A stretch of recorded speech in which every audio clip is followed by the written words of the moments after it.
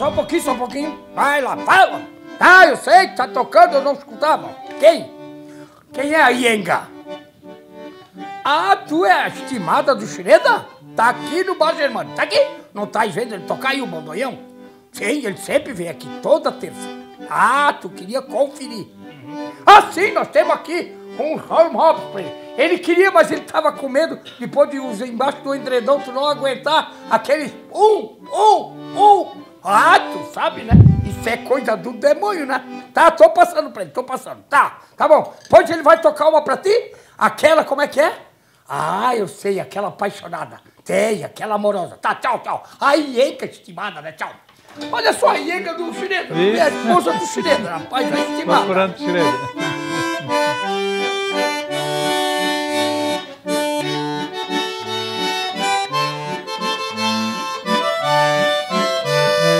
Então, estimado, esse povo sofrido, fugindo de uma guerra, se deparando com essas dificuldades no território brasileiro.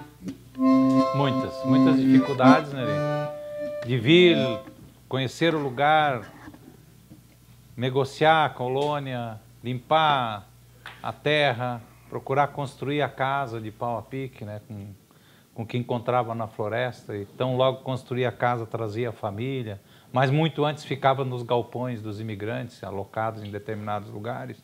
Blumenau tinha um galpão dos imigrantes para recebê-los, Lontras também tinha. Então o pessoal se alojava em Lontras e vinha trabalhar na colônia que adquiria, no caso de Matador, Bela Aliança, né? Não era diferente em Rio do Sul. Né? Muitas dificuldades. Eles tinham essa receptividade que o povo brasileiro tem hoje, existia naquela época? A receptividade sempre existiu, porque já tinha irmãos, né, imigrantes, irmãos da colônia, da área da Europa já morando aqui, né? E os brasileiros também eram receptivos, porque tudo estava por se fazer na colônia, né? Agora, estimado, você foi atrás de pesquisa, eu fiquei lendo e anotando no livro. Você teve parceiras, pessoas que realmente buscaram muito dessa história que começou aqui, no Matador, na Bela Aliança. Queria que você começasse a falar da Bela Aliança do Matador, porque Rio do Sul nasceu aqui. Então, a princípio, é esse o lugar, né, que começa dois focos, dois momentos de colonização, onde os imigrantes vão se alojando. Um na região do centro, em direção à Rua 15 de Novembro, e outro Matador. Então, aqui também se alocaram e se alojaram determinadas famílias, né? Kleihempke, Fuchs, Kopelg, Rottermund, Villiering, Charoski, Johann Henrich Kopelg, é da família Kopelg que vem, é um dos fundadores da Sociedade Atiradores de Bela Aliança. Claro que tiveram na sociedade outros, né?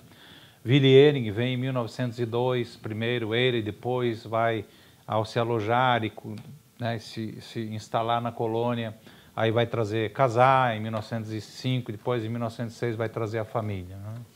Aqui tem uma foto, estimado. Isso aqui é a vila... Essa é a Vila Matador. É a Vila Matador. A Vila Matador. É de 1910 essa foto, mais ou menos a década de 1910, a identificação que a gente tem. E é onde o Villiering também se instalou com a sua primeira casa, suas primeiras instalações, tanto para o comércio quanto para a criação de cavalos, porcos e a venda, né, o armazém de secos e molhados. Essa foto, fazendo uma correlação com hoje, o que temos aí nessa situação hoje ali no Matador, hoje na Bela Aliança, vamos dizer assim? Hoje ainda tem a casa, né, que é uma casa ocupada por um espaço, parece que verde, onde vende... Proposta Verde. Proposta Verde, onde trabalha... Quase na frente daquela ponte que está sendo construída ali agora. E que é o cruzamento para o outro lado do bairro, né? E esse espaço aqui é onde tem a casa hoje, usada inclusive para eventos, mas ali ainda tem a construção também no outro lado, nas construções antigas, algumas. E nos fundos veio no futuro o trem, né? O trem. Então a estação do trem, ela era nos fundos desse espaço. E também aqui estava depois, mais à frente, não aparece na foto, mais tarde, o descascador, né? O armazém lá. Descascador de arroz. Né? De arroz, né? Diz uma coisa, estimado. Aqui começou o Rio do Sul, nessa pracinha, então, nessa vila aqui? Aqui começa um foco, né? Pelo menos um ponto de movimento de colonização dos imigrantes que se instalam. São aqueles que vêm, que são recebidos em Lontras e depois vêm se alojar em Matador. É mais ou menos isso que temos aqui em situação menor e essa outra situação. Que se pode comentar, fica à vontade. Mais ou menos aí, essa já mostra o descascador, mostra a instalação já do Villiers, no outro lado o armazém, no outro lado também o criador de cavalos. Ele tinha aí uma criação, né? Uma hípica para criar cavalos, né? E porcos também. Então ali era... Esse momento é o momento da esfera econômica onde é o hortifruti granjeiro, né?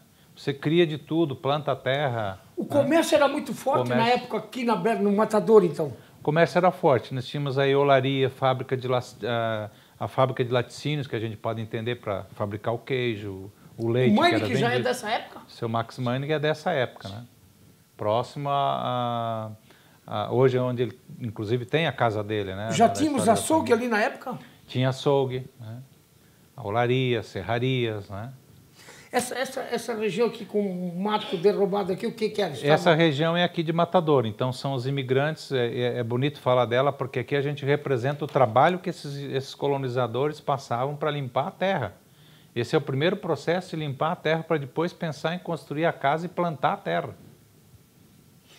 Não tinha indústria. Não tinha nada. Só tinha o rio e tinha que desmatar mesmo para poder construir e começar o comércio era a troca normalmente de mercadorias, né? O primeiro grande negócio é rural, é agricultura. É agricultura. O primeiro grande negócio dos imigrantes é agricultura. Capital só vai ser gerado a partir da agricultura. E a partir da agricultura, esses imigrantes gerando dinheiro, capital, conseguem investir em outros empreendimentos, porque eles vieram com um nível de educação elevado. Médicos, boticários, ferreiros, marceneiros, alfaiates. O que veio de lá para cá, o imigrante, a maioria muita cultura. Muita cultura elevadíssima, né? Grande maioria com formação, no caso da escola, que vamos falar mais à frente, os professores todos tinham formação em pedagogia para trabalhar com as crianças nas séries iniciais, que nós conhecemos hoje. Então, nenhum professor ia lecionar.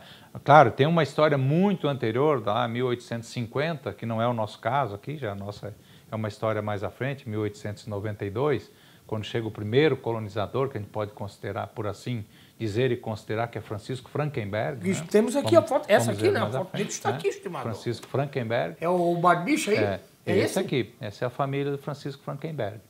Então, esse é o primeiro colonizador que a gente pode denominar como colonizador, aquele que vem, adquire a colônia, limpa a terra, começa a plantar a terra e se instala. Então, Basílio Corrêa de Negredo veio depois? Basílio veio antes com Emil Odobrecht, mas era um balseiro, ele ficava lá no encontro dos rios, fazendo esse serviço de travessia, mas não é considerado colonizador porque é aquele que não plantava a terra, não vivia da terra. Esse, o Frankenberg, começou a fazer isso? Esse é que começa a fazer aqui em Matador, como outros que a gente depois pode mencionar, outras famílias, porque não são só essas, Villiers, Alfred Charoska, né? Então várias são as famílias, eu mencionei. Rothenburg, né? Rosemann, né? Kleihemp, né? Klug, né? Schlupp. Então são várias famílias que vêm e todas muito unidas em sociedade. Acho que o grande sacada é assim, uma ética de fazer o lugar em comunidade e em sociedade. Essa sociedade é mais ou menos do que uma cooperativa? Uma cooperativa. Hoje, então, a escola, mais moderna, falamos assim, mas era uma sociedade. Uma forma mais moderna, mas assim, se eu construir a sociedade, todos abraçavam a causa em construir. A igreja, a mesma coisa, a escola, a mesma coisa. Eu estou vendo essa foto aqui, ó, que deve ser o motivo de muitas dificuldades para poder colonizar, desbravar e construir o trabalho que esse povo deve ter passado. Porque não tinha maquinário, não tínhamos máquinas agrícolas, não tínhamos nada disso, tratores, não tinha, era isso aqui, carroça, cavalo. Nada, Nerei. Chegavam no porto, seja em Dona Francisca, seja em Desterro, seja em Itajaí, e vinha em direção ao Vale, ao Médio Vale, ao Alto Vale, que ainda não era bem denominado assim, Médio e Alto Vale, mas quando vinham para as áreas de colonização, eles vinham assim, chegavam ao porto e vinham com mala e família e tudo, e adquiriam carroça e vinham, às vezes, de Joinville para parar em Presidente Getúlio e Dona Ema. Dias e dias de viagem. Não é? Então as dificuldades eram tremendas, assim como Emil Odebrecht, quando desbrava e vai agrimensar, medir para a instalação da área de comunicação, os telégrafos, é um cara que vai enfrentar essas florestas com muitas dificuldades, os rios, né? E aonde ia vindo e também, às vezes, ficando um ou outro. E o trajeto normal é do rio, né? O rio. Vai seguindo o leito do rio. O leito do rio. O trem segue o leito do rio. Né?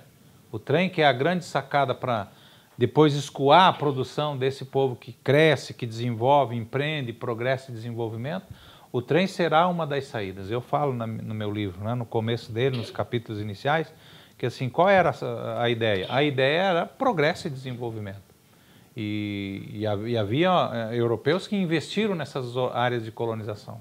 A colônia Ransamônia, que hoje a gente conhece como Ibirama, mas era todo um processo de empreendimento de colonização que era Ibirama, São Francisco, Corupá, Jaraguá do Sul, ia pegar toda essa região.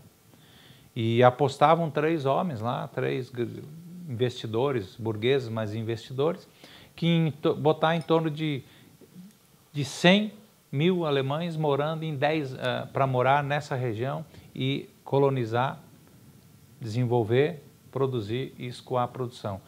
Apostavam em colocar em 10 anos 100 mil alemães morando no final do século XIX, início do século XX. Então não tinha outro jeito.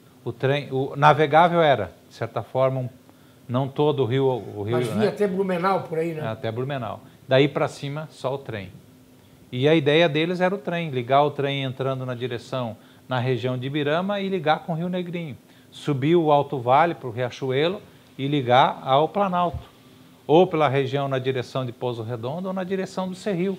Tanto é que o trem... Tanto foi até Trombudo Central e Agrolândia, um pedaço. Isso, o trem passa, desvia, então vai nessa direção, que é mais suave, inclusive as construções.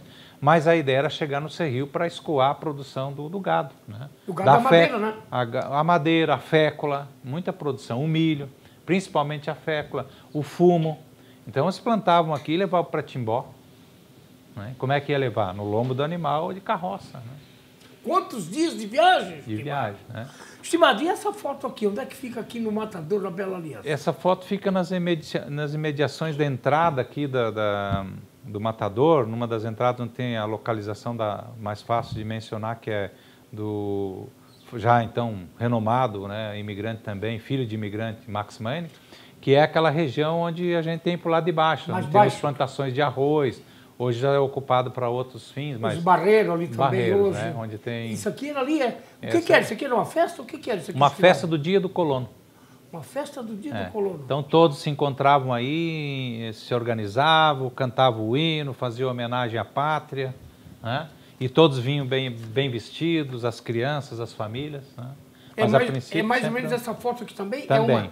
É a mesma festa? A mesma festa. É a mesma festa essa aqui? Todo ano tinha essa festa ali do colono e eles se encontravam aí. Faziam homenagens, né? Eles criavam os porquinhos na época ali? Ah, criavam, sim. E o porquinho já? Já roncava e já gerava banha, já gerava alimento, a carne. Que porquinho estimado, né? Que coisa. Gireda, tu vais tocar uma daquela boa para a família dos imigrantes que estão aí no nosso Matador, na Bela Aliança, no Alto Bela Aliança, aqui nesse local onde Rio do Sul nasceu. Vai lá, estimadinho, vai.